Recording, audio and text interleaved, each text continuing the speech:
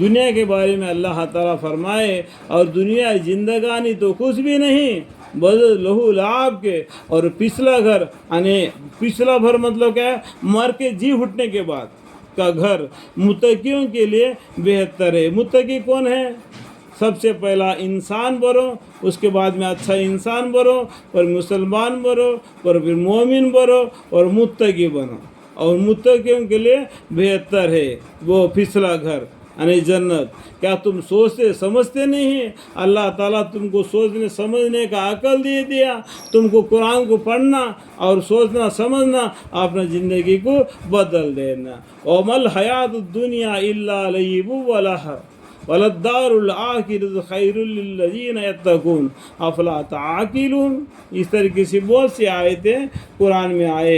افلا تعقلون، کیا تم سنتے نہیں؟ کیا تم سمجھتے نہیں؟ کیا تم دیکھتے نہیں؟ اے عقل والو، اے یہ عقل لوگو، اے مسلمانوں، اے تمام مسلمانوں، اے مشرکوں، اے کافروں، اس طریقے سے اللہ تعالیٰ ہینڈ سے دے کر بتا دیتے ہیں قرآن کے ذریعہ تم کو ہدایت۔ ہم خوب جانتے ہیں کہ آپ کو ان کے قول محکوم کرتے ہیں۔ یہ پیغمبر صلی اللہ علیہ وسلم ان کو دین کی طرف دعوت دیتے ہیں تو وہ لوگ جو باتیں کہتے، ان کا پیغمبر صلی اللہ علیہ وسلم کو دل کو بہت دکھ لگتا جاتا ہے۔ یہ اللہ کو معلوم ہے، سو یہ لوگ آپ کو جھوٹا نہیں کہتے، یہ آپ پیغمبر کو جھوٹا نہیں کہتے، لیکن اللہ کے آیتوں کے پر ظلم کرتے ہیں، ان آیتوں کا انکار کرتے ہیں، اس کو جھوٹا بتلاتے ہیں۔ کس کو؟ اللہ کو۔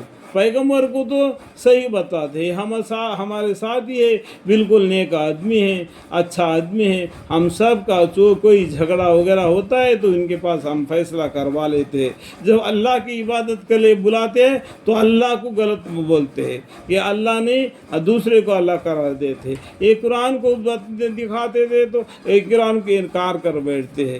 تو یہ لوگ اللہ کو انکار کرتے ہیں، پیغمبر کو نہیں۔ جب اللہ کو انکار کرے گا کل قیامت کے دن وہ دوزخ میں سے ہو جائے گا۔ سو یہ لوگ آپ کو جھوٹا نہیں کہتے، لیکن یہ ظالم لوگ تو اللہ تعالیٰ کے آیتوں کا انکار کرتے ہیں، اور بہت سے پیغمبر جو آپ سے پہلے ہوئے ہیں ان کے بھی تکذیب کی جا چکی ہے۔ جو پہلے پیغمبر آگے ان کو بھی یہ لوگوں نے جھوٹا بتلا دیا اور ان کو بھی تکلیف دے دیے گئے، تو اس کے اوپر آپ صبر کیجئے۔ اس طریقے سے ہمارے پیغمبر صلی اللہ علیہ وسلم کو اللہ تعالیٰ تلقین دیتے ہیں۔ سو انہوں نے اس پر صبر ہی کیا کہ ان کے تکذیب کی گئی اور ان کے ایذائے پہنچائے گئی، یعنی تکلیف پہنچائے گئے، مصیبتیں ڈھائیے گئے، ان کے اوپر وہ لوگوں نے صبر ہی کیا، یہاں تک کہ ہمارا امداد ان کو پہنچی، وہاں تک کہ اللہ تعالیٰ کا مدد ان کو پہنچی۔ مومنوں کو، مسلمانوں کو اللہ تعالیٰ بچا لیا اور کافروں کو عذاب میں مبتلا کر دیا۔ اللہ تعالیٰ کی باتوں کو کوئی بدلنے والا نہیں، اور آپ کے پاس بعض پیغمبر کے بعض قصے پہنچ چکے ہیں اس قرآن کے ذریعہ سے۔ جو پیغمبر دنیا میں آئے ان کے قصے ہم تک پہنچ چکے۔ آپ کو معلوم ہوگا کہ دین کب سے ہے، دین کب سے ہے، اس کا بات آپ کو معلوم ہو جائے گا۔ ان الدین عند اللہ الاسلام۔ اور اگر آپ کو ان کا اعراض گران اور یہ لوگ نفرت کر کے دین اسلام سے جھٹلاتے ہیں تو آپ کو اس کو گران گزرتا ہے، تو اگر آپ کو یہ قدرت ہے، یعنی پیغمبر صلی اللہ علیہ وسلم کو یہ قدرت ہے کہ زمین میں کوئی سرنگ یا آسمان کی کوئی سیڑھی ڈھونڈ لو، پھر کوئی معجزہ لے آؤ، تو ایسا کرو۔ یعنی یہ لوگ نفرت کرتے ہیں، یہ لوگ یہ مانگتے، ان کے تمناؤں کے ساتھ ہم نہیں چل سکتے ہیں۔ اللہ کی طرف سے وہی آتی ہے، اللہ کے طرف سے ہی آپ کو وہی آتی ہے کہ کوئی معجزہ آتا ہے۔ اگر آپ لانا چاہتے تو نہیں لا سکتے۔ تو اگر آپ کو یہ قدرت ہے کہ زمین میں کوئی سرنگ یا آسمان میں کوئی سیڑھی ڈھونڈ لو، پھر کوئی معجزہ لے آؤ، تو ایسا کرو۔ اور اگر اللہ تعالیٰ کو منظور ہوتا تو ان سب کو راہ راستہ پر جمع کر دیتا۔ سو آپ نادانوں میں سے نہ ہو۔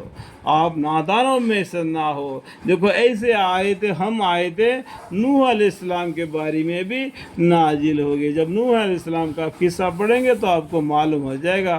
ہمارے پیغمبر صلی اللہ علیہ وسلم کو اللہ تعالیٰ بولتے تو ان سب کی راستہ پر جمع کر دیا، تو ان سب کو راہی راستہ پر جمع کر دیتا۔ اللہ تعالیٰ چاہتا تو جمع کر دیتا۔